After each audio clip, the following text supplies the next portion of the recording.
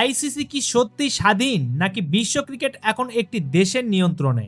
ঠিক এই প্রশ্নই তুলেছেন পাকিস্তানের সাবেক ক্রিকেট তারকা স্পিনার সায়েদ আজমল। তার এই বক্তব্য ঘিরে আমরা এই ভিডিওতে বিস্তারিত জানব, তাই ভিডিওটি শুরু থেকে শেষ পর্যন্ত দেখতে থাকুন এবং চ্যানেলটি সাবস্ক্রাইব করে আমাদের সঙ্গেই থাকুন। পাকিস্তানের করাচিতে এক অনুষ্ঠানে কথা বলতে গিয়ে সায়েদ আজমল সরাসরি প্রশ্ন করেন, আইসিসি যদি বিসিসিআই এর প্রভাবমুক্ত হয়ে সিদ্ধান্ত নিতে না পারে তাহলে এই সংস্থার আদৌ কোনো দরকার আছে কি? আজমলের মতে বিশ্ব ক্রিকেটের স্বার্থে আইসিসি নিরপেক্ষ থাকা জরুরি, কিন্তু বাস্তবে তা হচ্ছে না। তিনি বলেন, আইসিসি যদি ভারতীয় বোর্ডের ওপর নিজের সিদ্ধান্ত কার্যকর করতে না পারে তাহলে এই সংস্থার অস্তিত্বেরই প্রয়োজন নেই। উদাহরণ হিসেবে তিনি টানেন ভারত পাকিস্তান ক্রিকেট সম্পর্ক।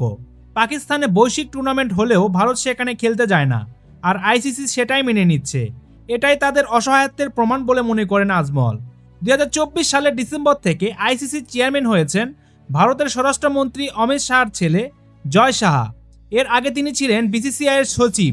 2008 সালের পর ভারত আর পাকিস্তানে খেলতে যায়নি। অন্যদিকে পাকিস্তান কিন্তু 2016 ও 2023 সালে ভারতে গিয়ে বিশ্বকাপ খেলেছে। তবুও চ্যাম্পিয়ন্স ট্রফির সময় ভারত পাকিস্তানে যেতে অস্বীকৃতি জানালে আইসিসি ভারতের ম্যাচ দুবাইয়ে সরিয়ে নেয়। এরপর পাল্টা সিদ্ধান্ত হিসাবে পাকিস্তানও জানিয়ে দেয় তারা আর ভারতে খেলতে যাবে না। আসন্ন টি-20 বিশ্বকাপে তাই পাকিস্তান খেলবে শ্রীলঙ্কায়, ভারতে নয়।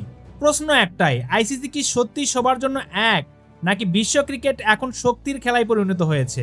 সম্মানিত ভিউয়ার্স, এ বিষয়ে আপনার মতামত কি? আপনি কি সায়েদ আজমলের সাথে একমত? অবশ্যই ভিডিওর নিচে কমেন্টে জানিয়ে যাবেন। আর ভিডিওটি ভালো লাগলে একটি লাইক দিবেন।